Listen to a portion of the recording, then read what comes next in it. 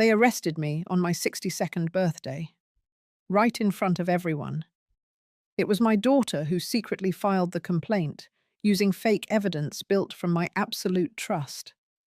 The police said I had embezzled $21 million. She cried as if she cared, but her eyes told the truth. I stood frozen, still holding the birthday cake. I thought years of sacrifice would mean something. But that day, I saw it clearly.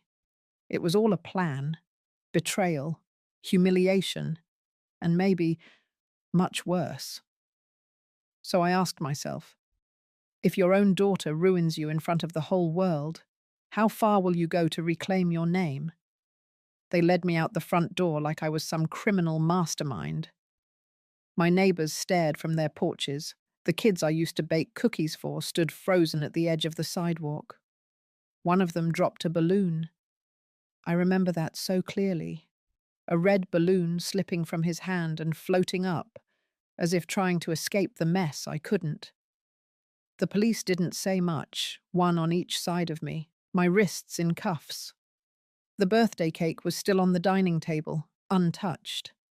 Lemon poppy seed with cream cheese frosting. Miranda had requested it, said it reminded her of childhood. Funny how that worked out. My legs moved on autopilot. I didn't cry. I didn't scream. I just walked. The charges were already plastered all over the internet by the time I got to the station. Alleged embezzlement of $21 million. Fraud. Misuse of company funds, supposedly over a 10-year period. The details were so carefully crafted I almost believed them myself. They showed me copies of wire transfers, scanned documents with my signature, a list of shell companies registered under my name. It was a paper trail, all right, a clean one. Too clean. Almost elegant. The detective leaned forward like he expected me to confess, but I didn't say a word. Not because I was afraid. I had nothing to confess. I just didn't trust my voice to hold steady, and I wasn't about to give them the satisfaction of watching me crack. They gave me one phone call. I didn't call Miranda. I called Victor.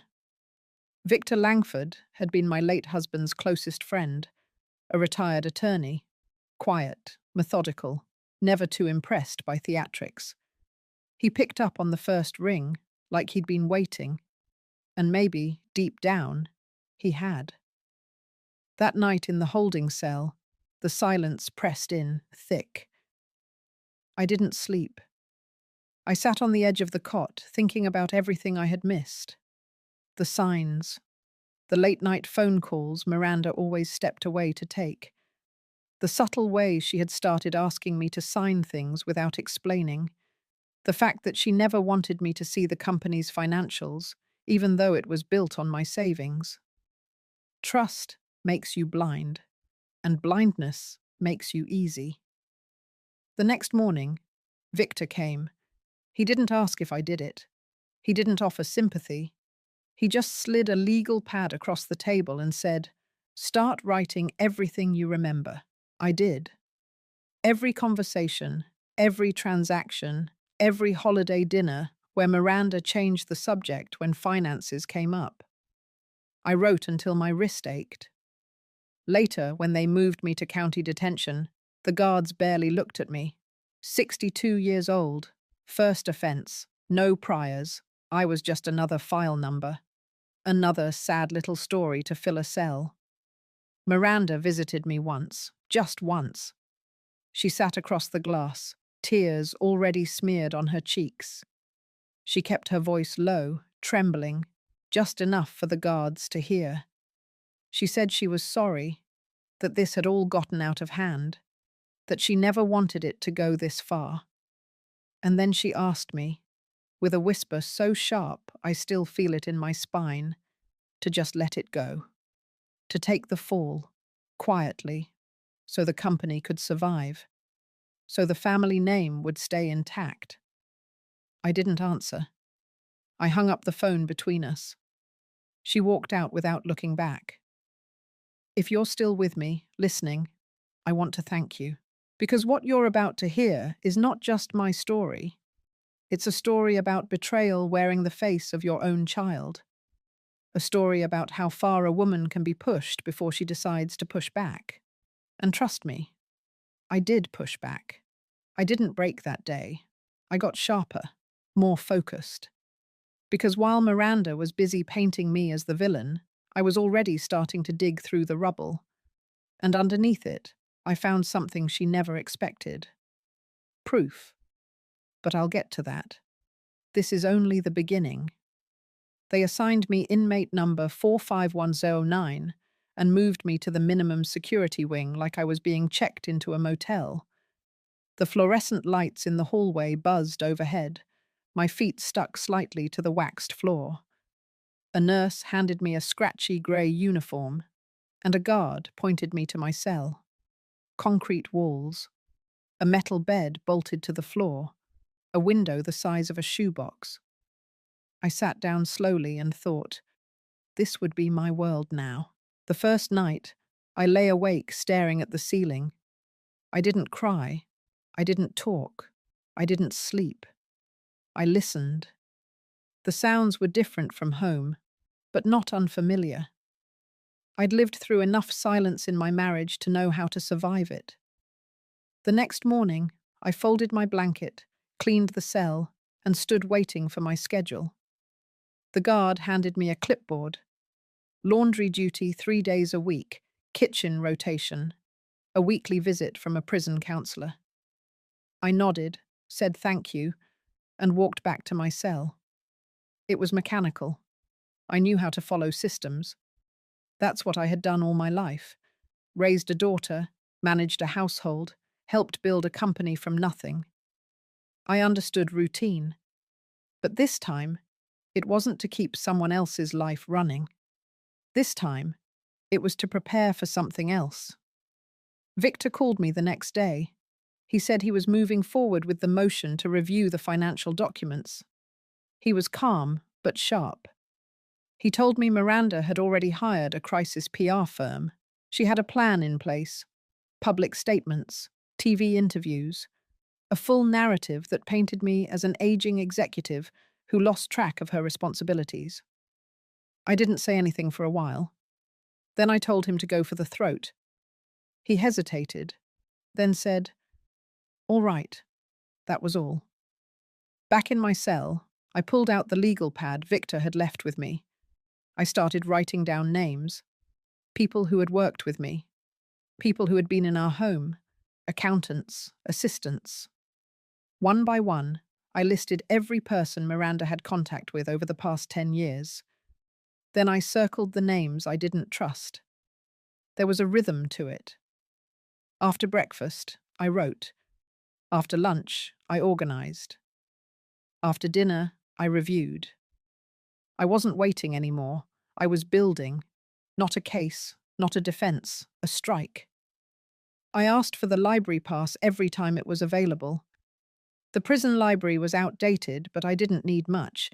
Just basic law texts, a few books on corporate structures, and any articles on digital forensics. The librarian, an older woman named Glenda, started noticing. One day she asked why someone like me was so determined. I just smiled and told her I wasn't finished yet. 2 weeks in, Victor visited again. He brought a folder and a grim face. He had requested the original digital files of the company's financials, but Miranda's team claimed the records had been lost in a system crash. Predictable, sloppy, convenient. Victor suspected the backups still existed, but they were likely being scrubbed or rewritten. I nodded. Then I told him something he didn't expect. I had a backup. Years ago, when Miranda started changing our internal systems, I had asked the office assistant to save a full copy of the legacy server to an external drive, just in case. I kept it in the locked storage unit we used for archived documents. I had forgotten about it until that moment. Victor's face changed. I gave him the address, the unit number, and the box label. He left without another word. That night, I slept for the first time since my arrest. The next morning, a new name landed on my list. Charles Benton. I remembered him from a charity gala 3 years back. Slick suit, fake teeth, the kind of man who looked everyone in the eye and no one in the soul. He was the one Miranda kept texting that night under the table. I had thought it was harmless. I was wrong. Victor confirmed later that Charles had been funneling money through real estate holding companies tied to Miranda. The connections weren't clear yet, but the smell was strong enough. I added another page to the pad. Red ink this time. I titled it, Leverage. Miranda had underestimated me. She thought I'd be humiliated into silence, that I'd rot quietly, grateful for her crocodile tears. But I had learned from the best, from my own mistakes, from years of ignoring my instincts to keep the peace. There would be no peace now. I wasn't interested in clearing my name for the public. I didn't care what strangers thought.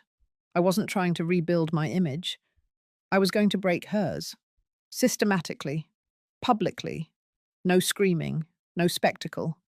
Just facts, documents, voices she had forgotten, people she had burned. She thought she had control. But Miranda was sloppy. She didn't account for people who remembered.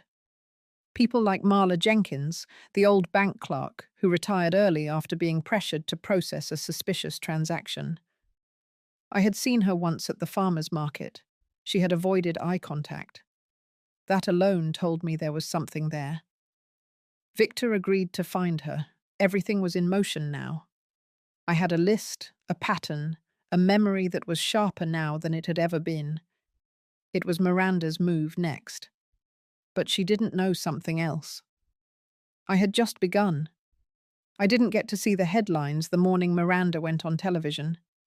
But Victor described them clearly enough.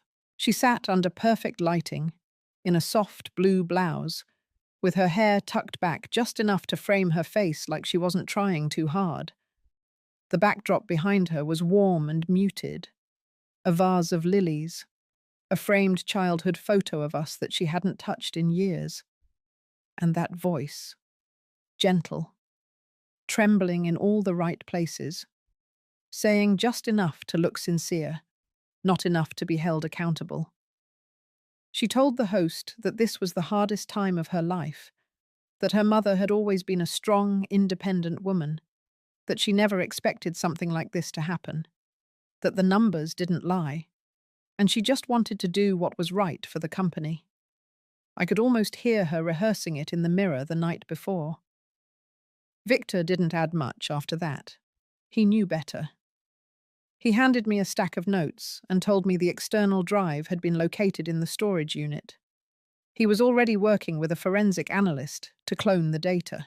I thanked him, then turned my attention back to the list on my pad. Miranda's media blitz had a clear purpose. She wasn't just managing the story. She was preparing to bury me under it. If she controlled the narrative early enough, there'd be no room for doubt later. I understood. That was how you survived in her world. Get ahead of the truth, make your version louder than anyone else's, and make sure the person you destroy looks like they brought it on themselves. She had always been like that, even as a child. Quiet, but strategic. Her tantrums weren't loud. They were deliberate. She didn't cry when things didn't go her way.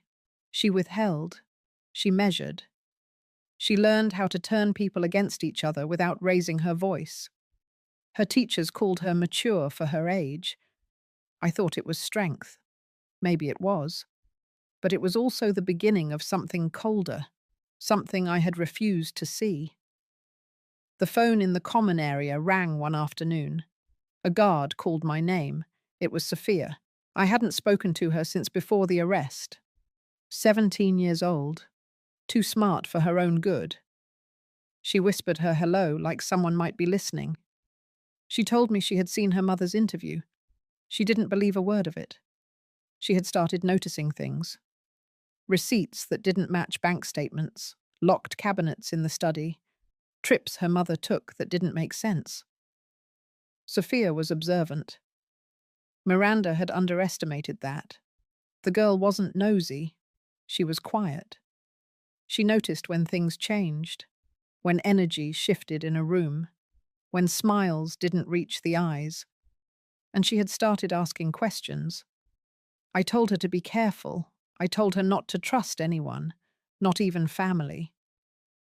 She said she found an external drive taped under her mother's desk drawer. She hadn't opened it yet. I told her not to, not without someone she trusted. She promised to bring it to Victor. I hung up the phone with a mix of pride and fear tightening my chest. Sophia was the last person Miranda expected to betray her. That made her the most dangerous. A few days later, Victor returned. He looked tired but focused. The drive from storage had confirmed some of our suspicions. There were transaction logs that had been deleted from the company's current records, accounts created under shell names, transfers routed through Charles Benton's businesses. Nothing damning yet, but enough to widen the cracks in Miranda's story. Then Victor paused. He told me he had tracked Charles's movement over the past 6 months. He had found something odd. A series of unlisted properties in Phoenix and Austin, all under different holding names. But the tax filing linked them to the same IP address. That address had also been used to access the company's payroll system 3 weeks before I was arrested. He leaned forward and said it flat. Miranda had help.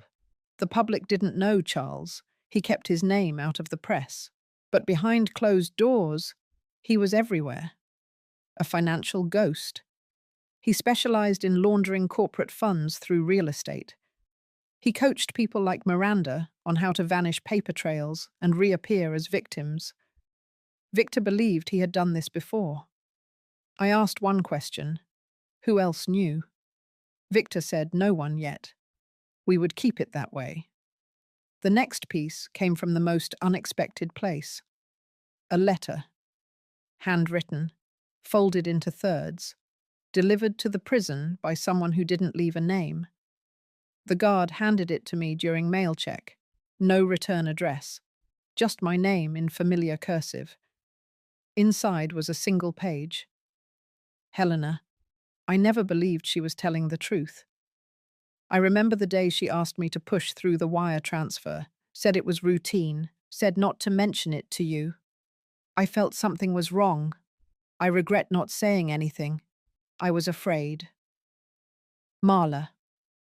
It wasn't enough for court, but it was a thread, one that led to a person, a voice, someone Miranda hadn't silenced fully. I gave the note to Victor.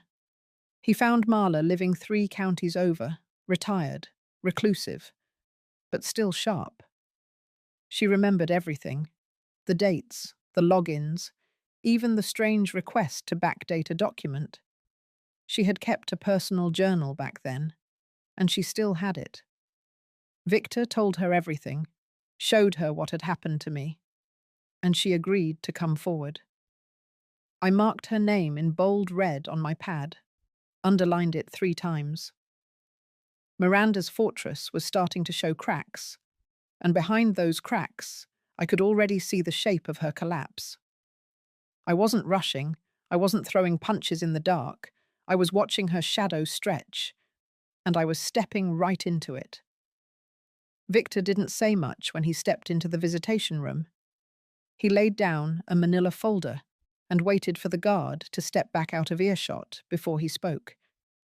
The handwriting analysis came back. 3 signatures were confirmed forgeries. One of them was a contract I had supposedly signed, authorizing a wire transfer of $2.3 million to a company registered in Nevada. The name of the company didn't mean anything to me. But when Victor read it aloud, I recognized the initials. They matched a shell company Miranda had mentioned briefly years ago during one of our board meetings. I had forgotten it. She clearly hadn't. Victor kept flipping pages. The forensic team had matched metadata on the scanned files to the same computer that handled payroll and expense approvals.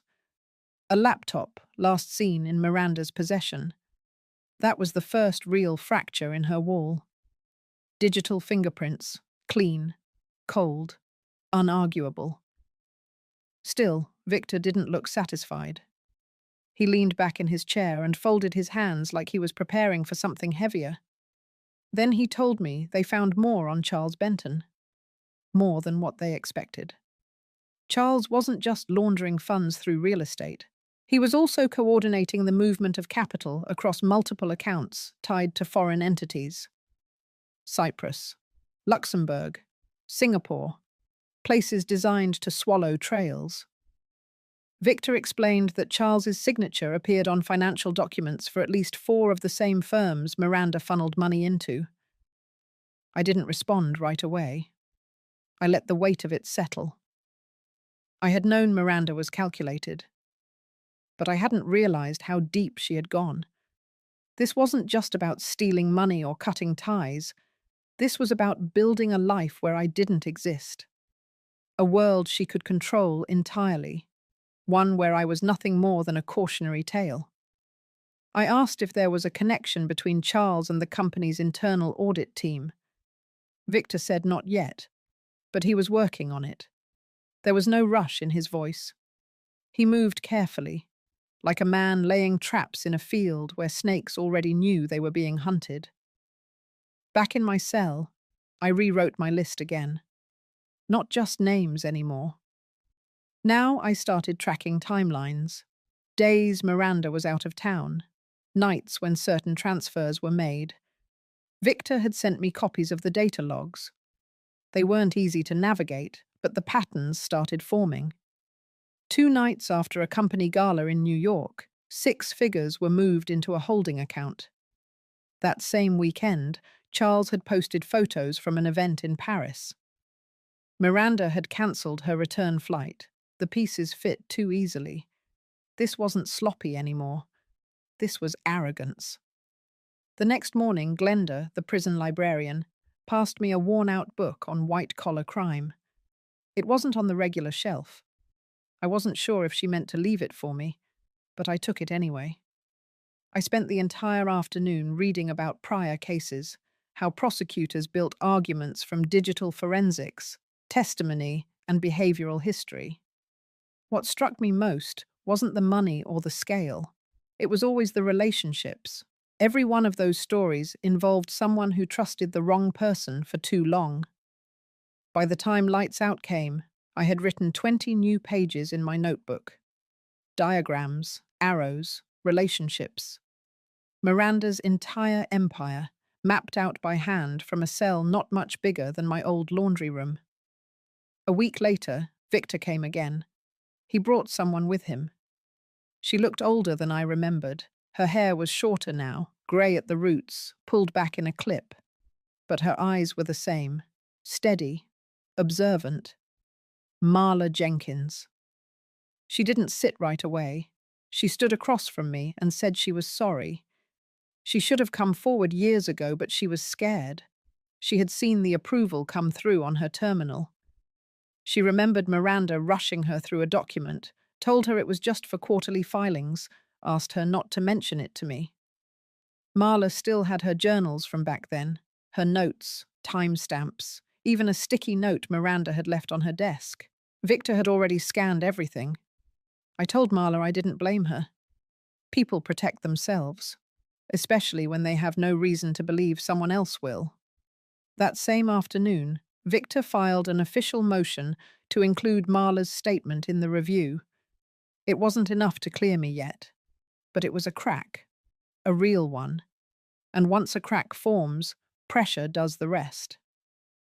2 days after that, Sophia called again. She said her mother had been acting strange, paranoid, jumping when the phone rang. She had started locking her bedroom door at night.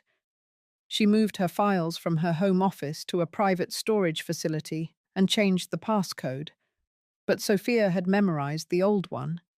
She offered to check what was inside. I told her not yet.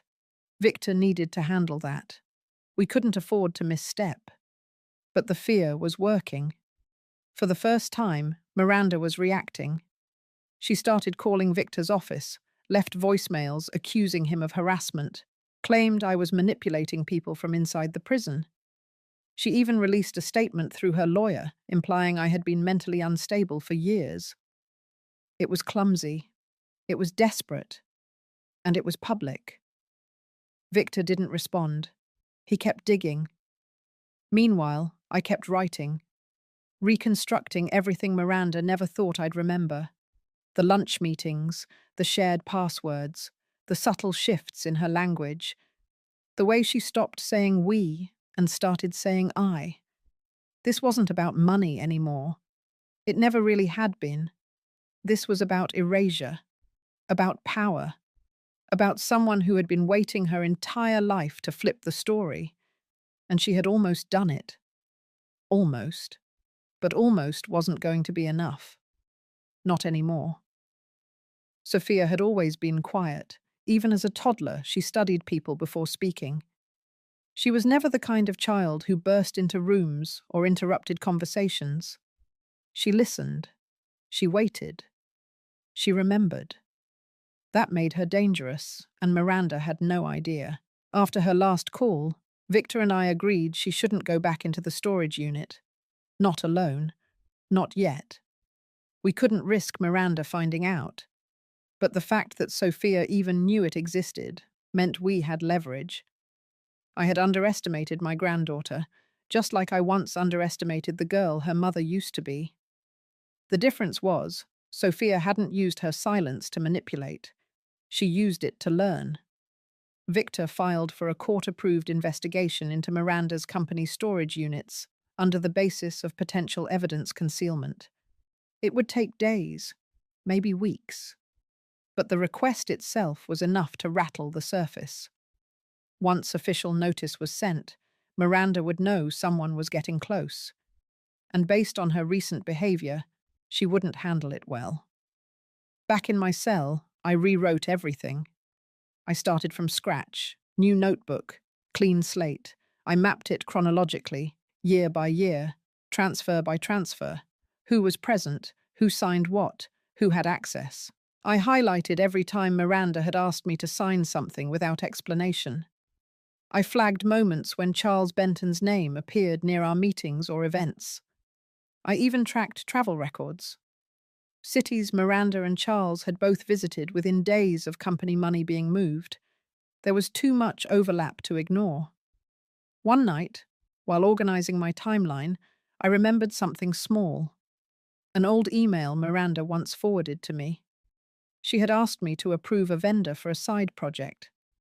The name on the invoice was unfamiliar, but the formatting, the address, the font, it was identical to one of the fake companies Victor had just uncovered.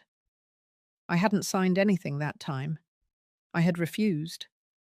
Told her I didn't like how it felt. She had shrugged it off, said it wasn't important. I dug through my memory and added it to the board.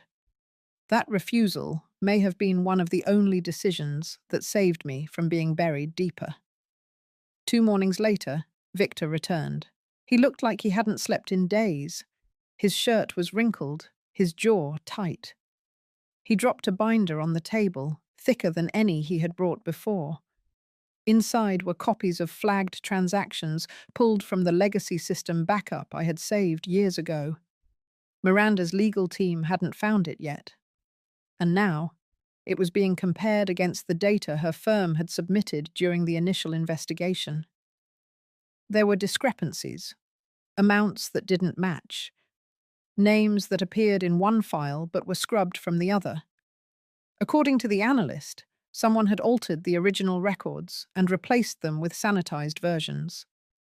The analyst also confirmed that metadata linked the falsified documents to the same IP used by Miranda's laptop.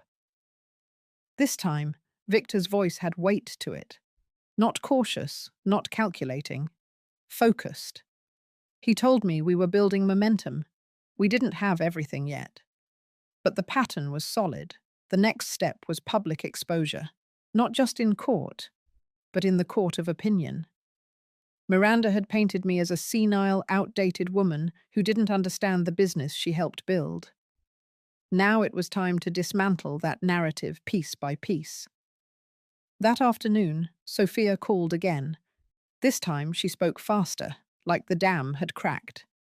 She had overheard Miranda arguing with Charles over the phone. The words she caught were sharp, urgent. Something about someone talking too much. Something about a judge. Then a mention of Marla's name. It didn't take long for us to understand what was happening. Miranda was trying to silence her. Victor drove straight to Marla's address. She wasn't home. Her front door was ajar, her mailbox overflowing.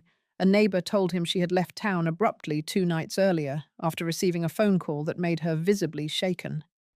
Victor filed a police report, then contacted the prosecutor's office.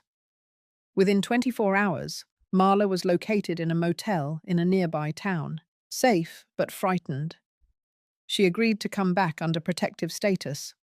That was enough to get the court involved officially. When Victor told me this, I didn't react the way I thought I would.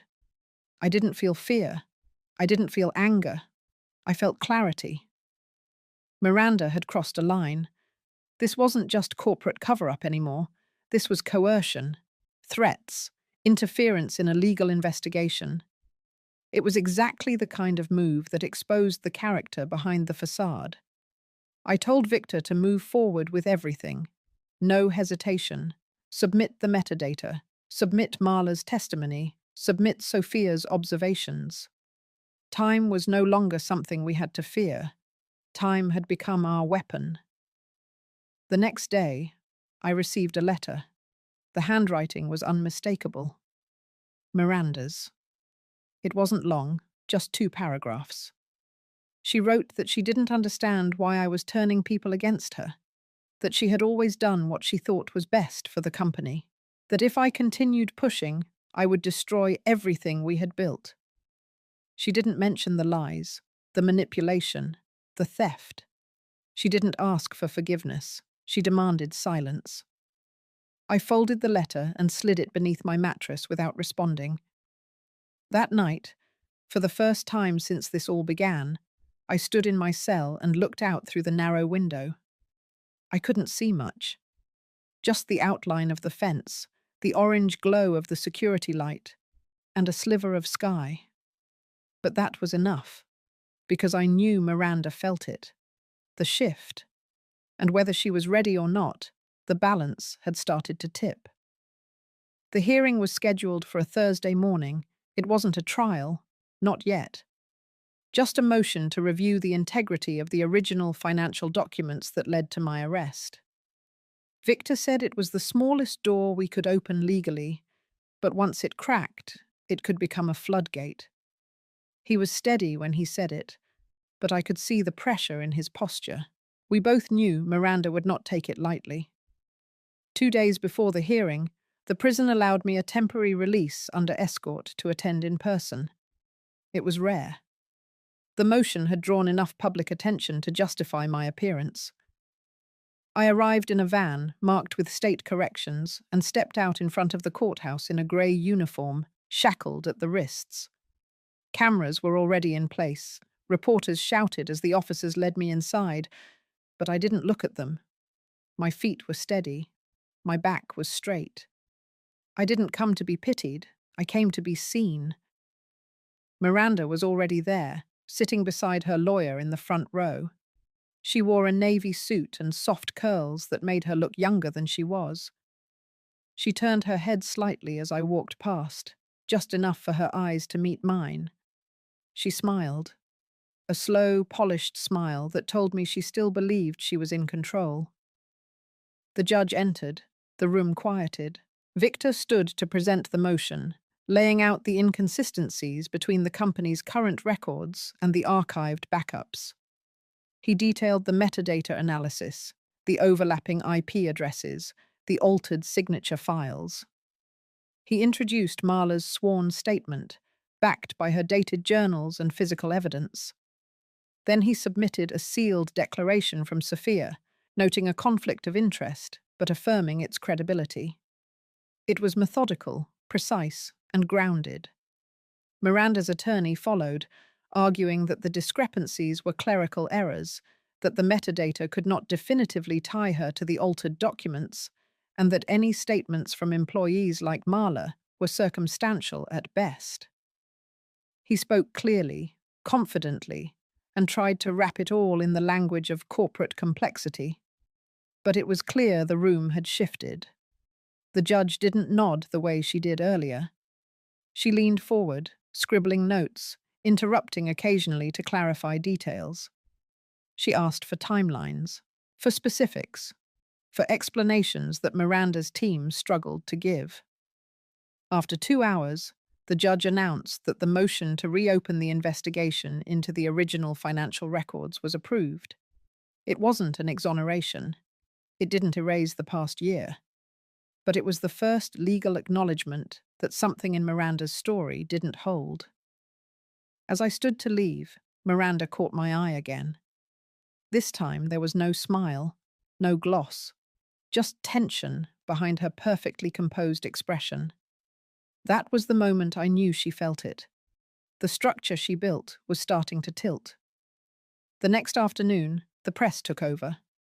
The local news ran a segment on the reopened case, featuring clips from the courthouse steps and interviews with retired employees.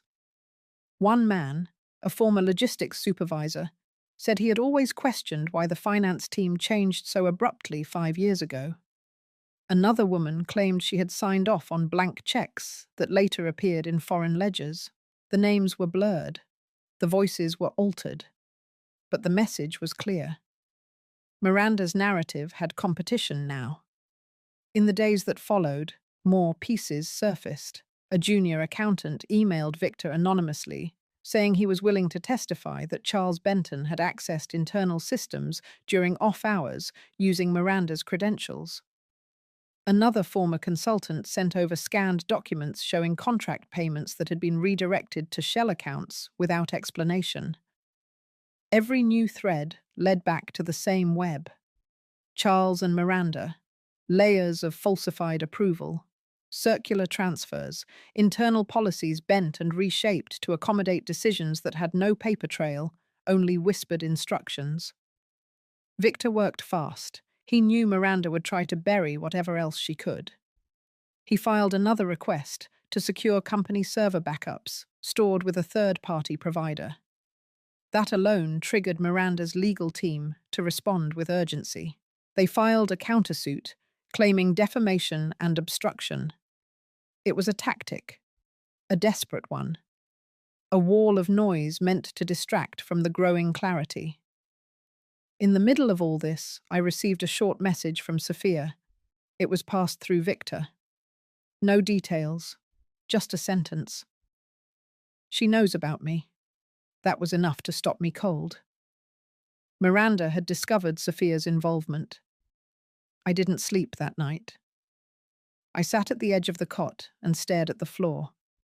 My heart stayed calm, but my mind ran circles. Miranda had crossed lines before, but this was different.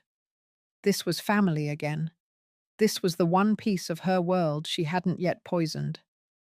And now it was at risk. The next day, Victor confirmed that Sophia had been pulled from school. Miranda claimed she needed a break, a family retreat. He suspected she had taken her to one of the properties registered under Charles's holding companies, far from media and lawyers. He was already working to locate them, but there were too many unknowns, too many places they could hide.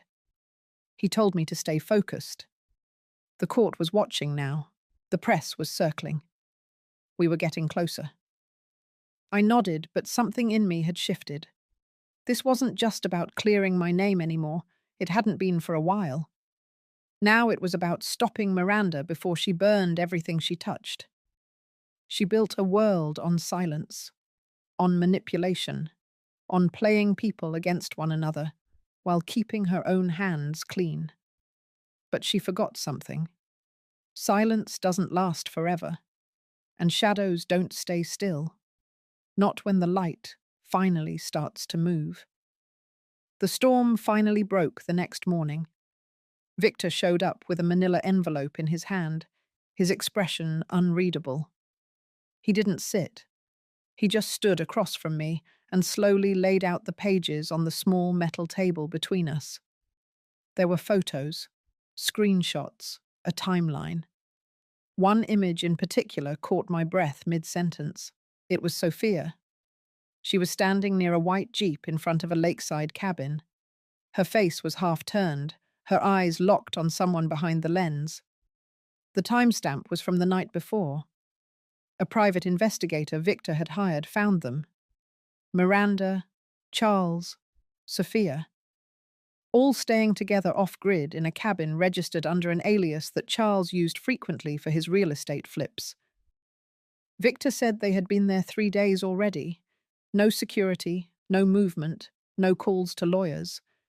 It looked like a retreat, but it didn't feel like one. He was convinced Miranda was prepping for escape. But what chilled me deeper was the next detail. Sophia hadn't been allowed to use her phone. The PI had seen Charles take it from her the day they arrived. That meant Miranda knew. She knew Sophia had spoken to me. She knew Sophia had helped us. And now she was trying to disappear with her. I held that photo for a long moment. Then I asked Victor to request an emergency hearing, not for the financial case, not for the documents or the metadata, for Sophia.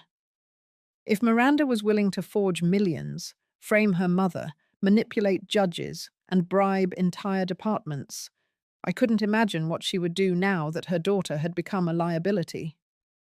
Victor moved fast. The next few hours were a blur.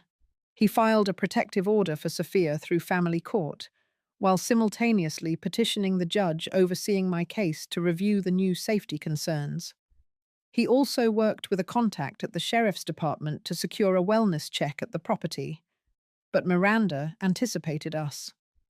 By the time the officers arrived at the cabin, it was empty. The car was gone. The rental key left on the porch in an envelope with no fingerprints. Inside, nothing remained but used linens, coffee grounds, and a printed map of northern Utah, with a few small towns circled in red ink. She was running. And this time, she wasn't just running from the law. She was running with my granddaughter. Victor tried to reassure me. He said we had the plate number.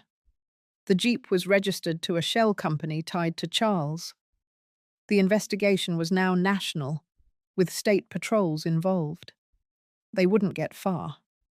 But his words didn't reach me. I kept seeing Sophia's face, the tilt of her shoulders, the fear in her posture. I knew that posture. I had lived it once when I was young and trapped in a house with a man who never raised a hand, but made sure you never spoke unless spoken to. Miranda didn't just inherit her father's money. She inherited his silencing techniques too.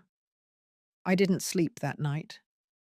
I sat up in my bunk, replaying every decision I had made, every time I had turned a blind eye. Every moment I convinced myself Miranda just needed time, needed understanding, that she was just stubborn, not cruel, that she was cold but never violent. I had been wrong, and the price was now Sophia. The next morning, the judge granted partial approval for my conditional release. It wasn't complete freedom, but it allowed me to leave under Victor's custody for a 72-hour period to support the emergency search. The ruling cited the complexity of the family situation and the evidence suggesting danger to a minor. Miranda had vanished, but the court had finally accepted that I wasn't the threat. As Victor and I drove north through Wyoming, then into Idaho, the silence between us wasn't empty. It was thick with purpose. I spent the hours going over Miranda's patterns. She never stayed still. She always had a fallback. A plan B. Charles owned a series of short-term rentals under various LLCs. Some weren't even listed publicly. We used those as our new targets. It was at the third property, a farmhouse near the Montana border, that we got the break. A local gas station clerk remembered the white Jeep, said a girl with dark curls came in and asked for help using the landline to call her grandmother, but an older man had stopped her before she could dial. He didn't think much of it until he saw the missing poster Victor had printed. We followed the lead. At dusk, parked under a stretch of pine trees behind the house, we saw them. Charles unloading groceries from the back seat, Miranda pacing by the porch with her phone, and Sophia standing still by the front steps, arms crossed, staring out at nothing. Victor made the call. Within 20 minutes, local police arrived with 2 officers in plain clothes and a family court liaison. Miranda was calm at first, charming even. She said they were on vacation, that I was unstable, that the media had poisoned my family, that Sophia was simply under stress and needed space. But when the officer asked Sophia if she wanted to go with her mother, she paused. And in that pause, everything cracked. She said no. She walked straight past Miranda and took my hand. No one said anything for a while. Miranda didn't scream, didn't cry.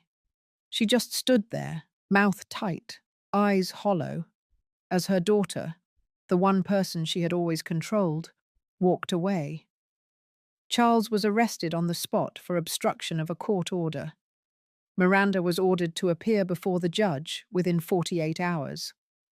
Sophia was placed into Victor's temporary guardianship, pending further custody review. And I, still shackled with court limitations, returned to my monitored residence under the quietest sky I had seen in years. That night, Sophia sat with me on the couch. She didn't say much, just leaned her head on my shoulder. And I knew this war wasn't over. But for the first time, I had won something back. Not money, not property, but a piece of the future. Her. The air felt different when we returned to the city. Even though I was technically still under house monitoring, something had shifted. Sophia was with me. Her presence was quiet but grounding. She didn't ask for much. She didn't speak of Miranda. But I could see her eyes moving across the rooms, noticing every frame, every clock, every book still shelved the way I left it years ago.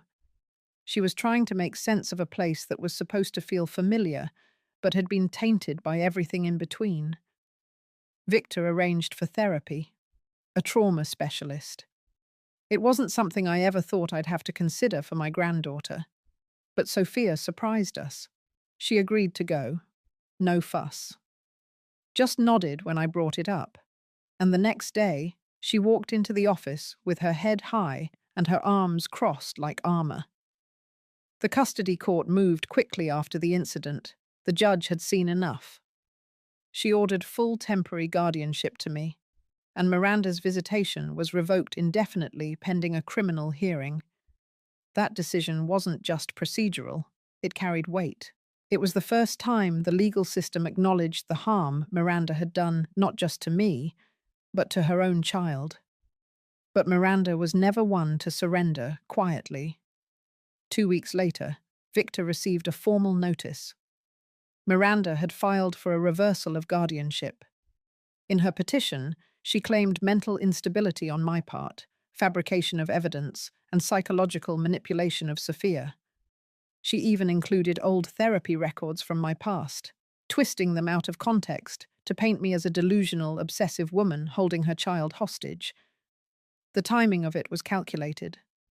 She filed the petition just days before the next financial court date, hoping to destabilize my credibility. It was classic Miranda.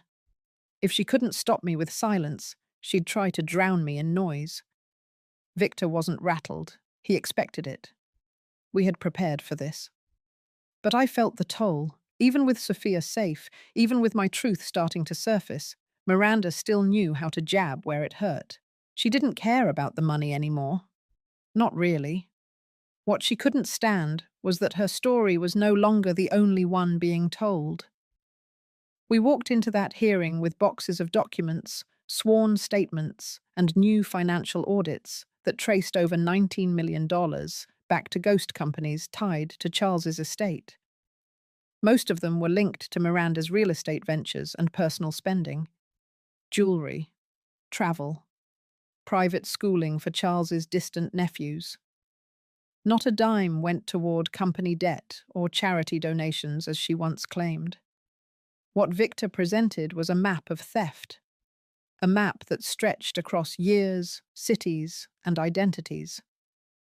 The courtroom was packed, not with press this time, but with people, employees, former colleagues, even a few board members who had stayed silent for years finally showed up, wearing quiet faces that held more shame than judgment. Miranda sat at her table, still composed, still poised, but her fingers tapped the surface with a rhythm that betrayed her. Then came the turn. Victor called Sophia. She had agreed in advance. The therapist signed off. I offered her a chance to opt out, but she looked me straight in the eye and said she wanted to speak. She walked to the front, sat down, and when asked to describe what had happened at the cabin, she didn't tremble. She told the court, in her own words, how she was taken without consent, how she had been told not to contact anyone, how her phone was removed, and how she had been made to repeat lines Miranda wrote about her grandmother being unwell. Her voice didn't break. It sliced. When she finished, you could hear the silence, a kind of stunned hush that happens when a child becomes the loudest truth in the room. The judge didn't delay. Miranda's petition for reversal was dismissed immediately. The court granted an extended guardianship to me with full protective oversight, and the financial investigation was approved for full legal review, with Miranda ordered to submit all remaining records for federal examination. Later that evening, Victor received a tip. A second set of backups had been discovered. Miranda had kept them hidden in a secure cloud server registered to a non-profit organization and she had founded years ago. Ironically, it was a shelter for displaced women. She had used it to hide assets, claiming the donations were anonymous and untraceable. The hypocrisy made me nauseous.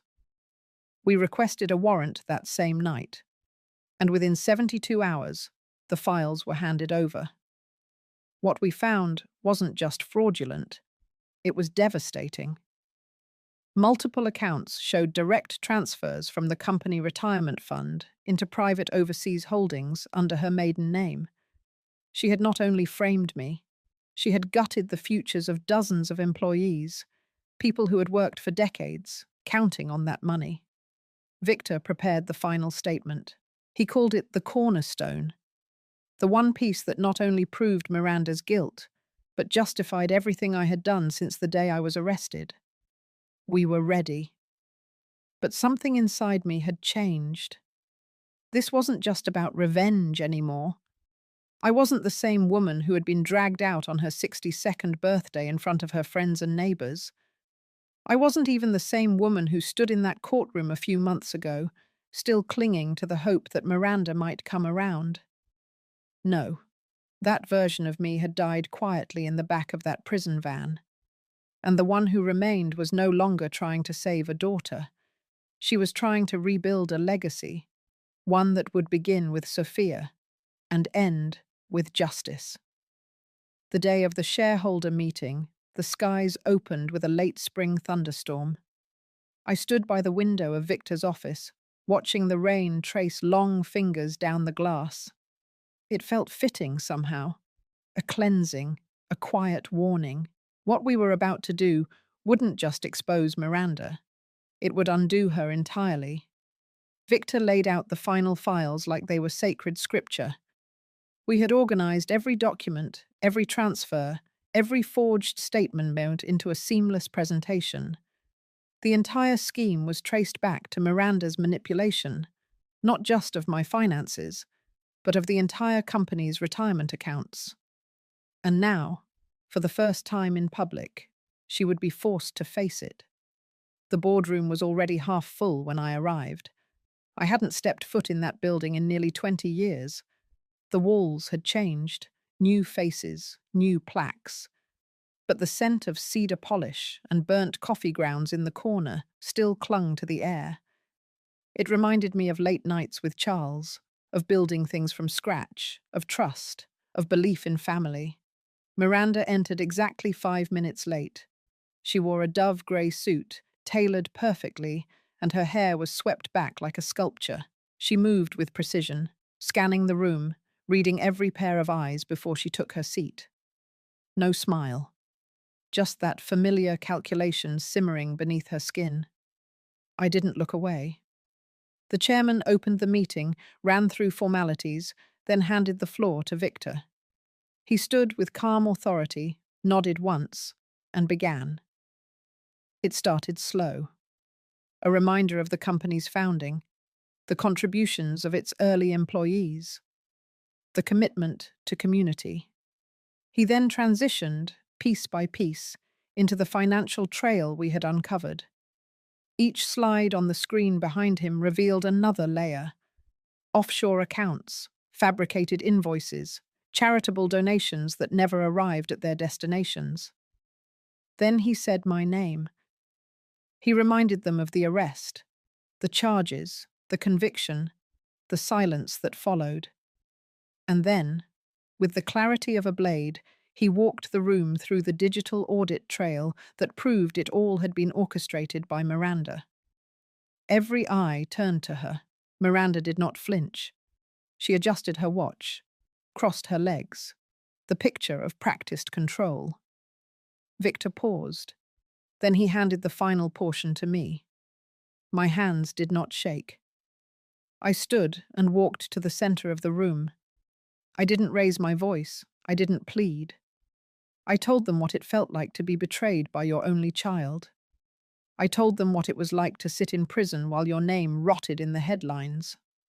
I told them how the people you loved could weaponize your kindness until it became a noose. Then I held up a simple envelope. Inside was a handwritten letter from Charles, dated 3 weeks before his death. A letter he had never mailed, but one that had been preserved by his attorney and only recently resurfaced when Victor dug through a closed estate folder during a review of the old land trust. In it, Charles had voiced concern about Miranda's growing involvement in company finances. He detailed 2 instances of suspicious withdrawals she had made while he was in recovery. He had asked his lawyer to discreetly start separating her access. His final sentence was simple: protect Margaret. If anything happens to me, she needs protection from Miranda. There was no longer space for ambiguity. When I returned to my seat, the room remained still. Then one by one, the members began to speak, some hesitant, some angry, some ashamed. A vote was called. Unanimous. Miranda was removed from her executive role.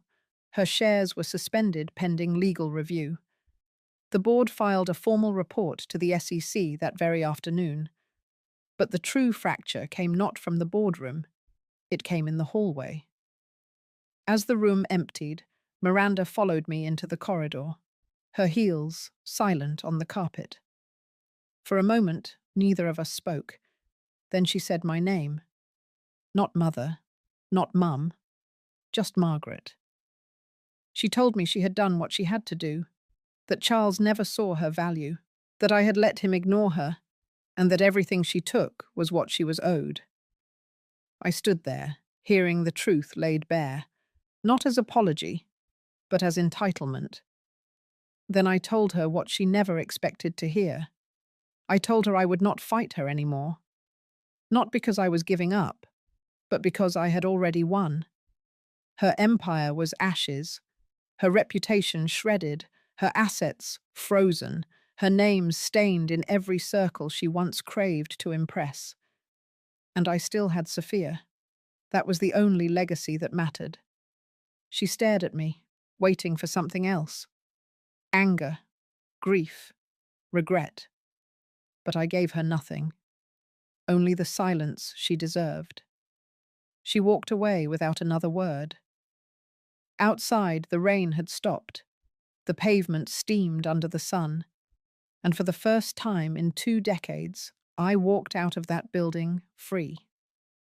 3 days after the boardroom confrontation, Miranda's name hit every business news feed in the country. It began with the official statement from the company then spread like dry grass in wind. Local outlets picked it up, then the nationals, then the international channels. White-collar fraud, forgery, misappropriation of retirement funds, embezzlement through ghost non-profits. The headlines were brutal. Victor had anticipated it. His legal team moved quickly, forwarding documentation to the proper state and federal authorities. What we thought might take months began accelerating within days. By the end of that week, Miranda's bank accounts were frozen. The condo she lived in, the one she had claimed was bought with a private trust from a distant relative, turned out to be part of the diverted funds. Her vehicles were impounded. Her access to business email and internal systems had already been cut, but now even her personal devices were subject to a warrant. The police didn't come with sirens. They didn't need to. They knocked, and when she opened the door, calm and composed, they placed a sheet of paper in her hands and walked her back inside. I received a call from Sophia that evening. Her voice trembled, not with fear, but with disbelief.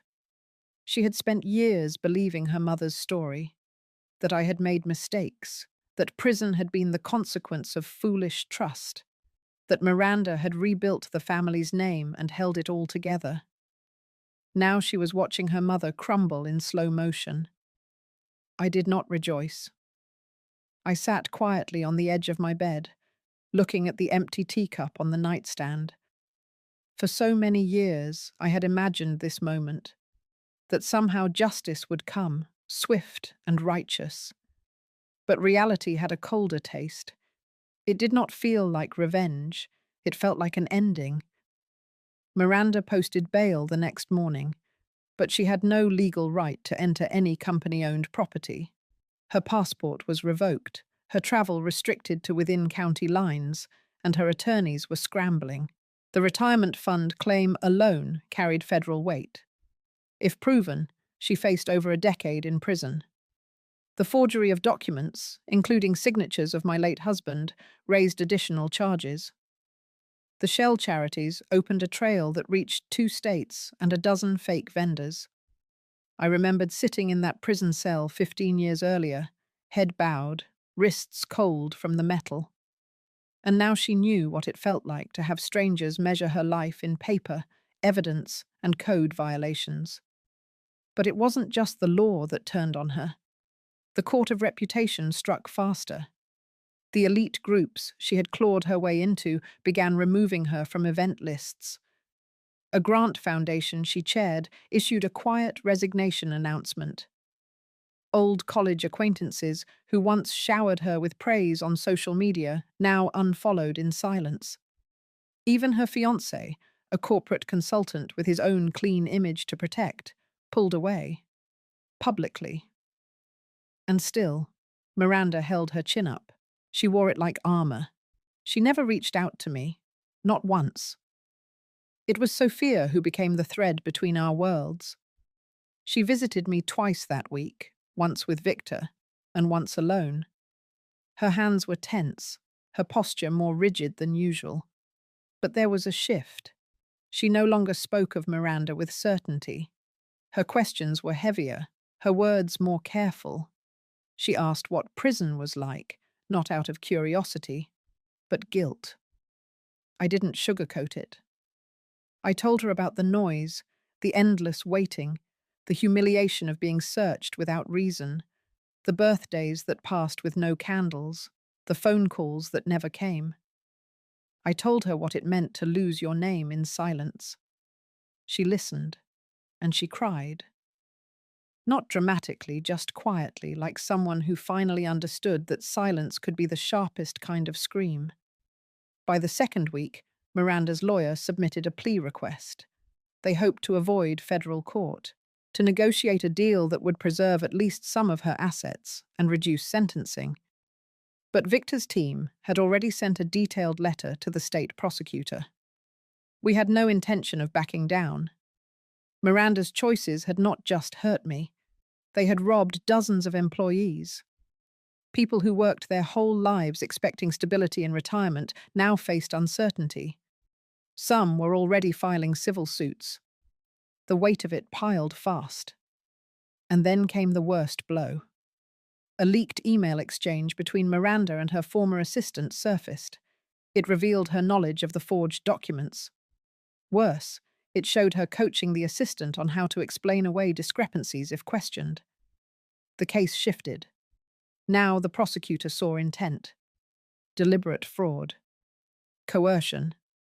It was no longer about mistakes or mismanagement. It was criminal. Sophia brought me the article on her phone, unable to read past the headline. I read it silently. Then I handed it back. There was no pleasure in it, only confirmation. The fire Miranda started had finally spread to her doorstep. Later that night, I received a letter, not from Miranda, but from her former assistant. Handwritten, 3 pages. She apologized, said she had been afraid, said she was young and needed the job. But mostly she said she had stayed quiet because Miranda promised her everything would stay hidden. She ended with a line that stayed with me. I knew she would fall. I just never expected you to rise. I folded the letter and slid it into the back of my drawer. I didn't need praise. I didn't need vindication.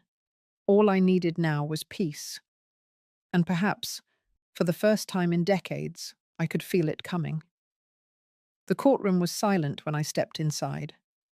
Not because anyone knew who I was, not because they expected me, but because I walked in without hesitation. I sat in the 3rd row, right behind the prosecution's table, close enough for her to see me, far enough to make her squirm with the uncertainty of why I came. Miranda arrived 10 minutes later. She wore a dark suit, no makeup, hair flat, tucked behind her ears like a girl about to face the school principal. But her eyes scanned the room the moment she entered. When she saw me, her steps paused for half a second. Then she walked on. She didn't acknowledge me. She wouldn't. I sat through the hearing like a statue, watched her lawyers try to negotiate further, watched the judge deny them with the weight of evidence mounting higher each day. I watched her fold her hands tightly on her lap, pretending not to sweat, pretending the walls were not inching closer with every sentence read aloud. It was not the sentencing hearing. That would come later. But this hearing determined how much of the case would proceed to trial, and every item the judge ruled admissible was another nail in her defense. When it was over, she stood, turned around, and met my gaze. For the first time in nearly 20 years, it was just the two of us again. No lawyers, no headlines, no Sophia, no cameras, just her and me. She walked toward me slowly. People parted. No one said a word. She stopped just in front of my seat. I did not get up. She opened her mouth, closed it, then said my name. Not Mum, not Mother, just my name. I nodded, not in forgiveness, not in kindness, just acknowledgement. She looked thinner, older, as if the truth had carved into her bones. You didn't have to do this, she said. I stayed silent. I would have made it right, she added. Still, I did not speak. She searched my face. Maybe for softness, maybe for rage. I gave her neither. Instead, I stood up slowly. I was not the same woman who had once cried in a prison yard, counting days on her hands. I was not the same woman who sat at the edge of hope, waiting for someone to come rescue her. That version of me had died quietly. This version stood tall, scarred but unshaken. She flinched, then turned, and walked away. That night I went home and sat by the kitchen window with a cup of warm water. Not tea, not wine, just water. I didn't want taste.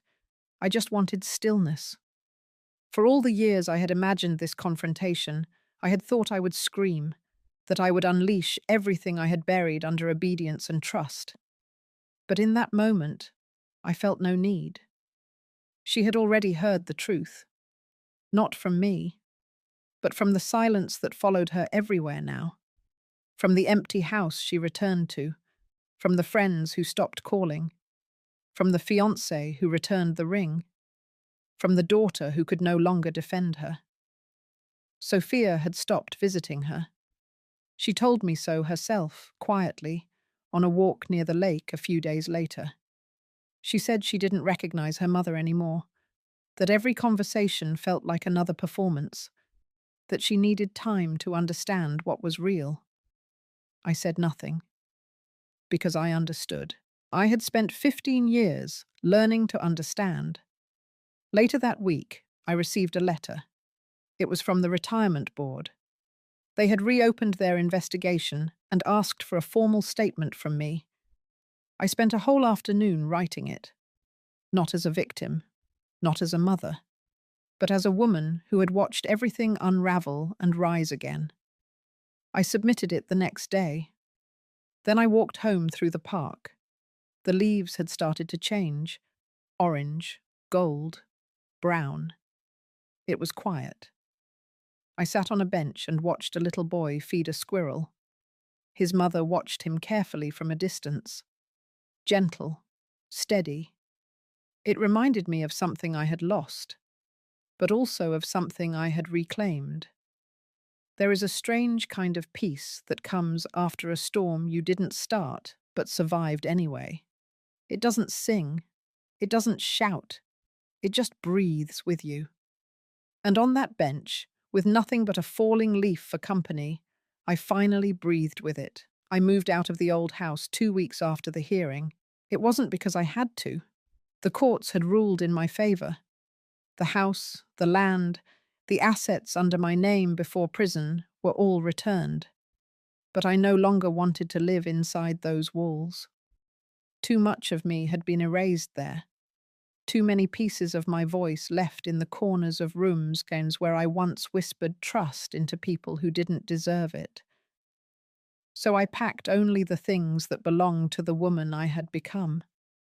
A few clothes, my late husband's watch, a photo of me and Sophia when she was 6, standing barefoot in the garden, holding hands. I left everything else behind. I found a quiet cottage on the edge of town. Nothing grand, just enough space to breathe. The landlord was a retired nurse who kept bees and wrote letters to her grandchildren every Sunday. She never asked about my story, only asked if I liked the light that came through the east windows in the morning. I said yes. She nodded like that was the right answer. That first morning in the cottage, I sat on the porch with black coffee and watched the fog roll over the field. There was no sound, no headlines, no whispering voices, just silence. It was not empty. It was healing. 3 weeks later, Sophia visited. She didn't knock. She just stood outside the fence, uncertain. I opened the gate and she stepped through. In her hands was a box of scones she had baked. They were burnt at the edges. I smiled. She cried. We sat on the porch and ate the scones anyway. We didn't speak about Miranda. We didn't speak about what had been lost. But she looked into my eyes, and I saw something I hadn't seen in a long time. Remorse. Not for what she had done, but for what she had not done when it mattered most. I told her I was learning to forgive in pieces, that I didn't know if those pieces would ever become a whole. She nodded, said she was willing to wait. The next morning she sent me a text. One line. I see you now. That was enough for me to breathe through the rest of the week. Time did not rewind. It did not repair every crack. But it offered stillness, and stillness offered clarity. I took up walking again, not to reach anywhere, just to remind my legs they still had purpose. At the end of each walk, I'd stop by the community center and sit by the garden. The women there didn't know my story. They knew my name. That was enough. One of them, Joyce, invited me to help with the after-school program for teen girls. She said they needed someone to teach basic budgeting. I laughed, said I knew a thing or two about money and survival. Last Thursday, I stood in front of 5 girls and told them how to protect their names on a contract, how to read every line, how to walk away when the numbers stopped making sense. I didn't tell them where I learned those lessons. They didn't need to know. They just needed to see that I was standing. One afternoon, a letter arrived in the mailbox. No return address. Just my name, handwritten. Inside was a single note. I will never be able to undo it, but I will live with it. I knew it was from Miranda. I folded the note and placed it in the back of a drawer. Not out of hatred, not out of closure, just because some things are better left unread twice. Today, I sat by the lake and watched a bird land on the water without making a sound. The sky was soft, the world quiet. I am not who I was, but I am not broken either. I am someone who survived her own story. And now I get to write the rest of it on my terms. If this story touched something deep in you, if you've ever been betrayed by the ones you loved the most and still chose to rise with grace, this space is for you. Share your thoughts, your silence, your strength. Your voice matters here. Thank you for listening, and thank you for surviving.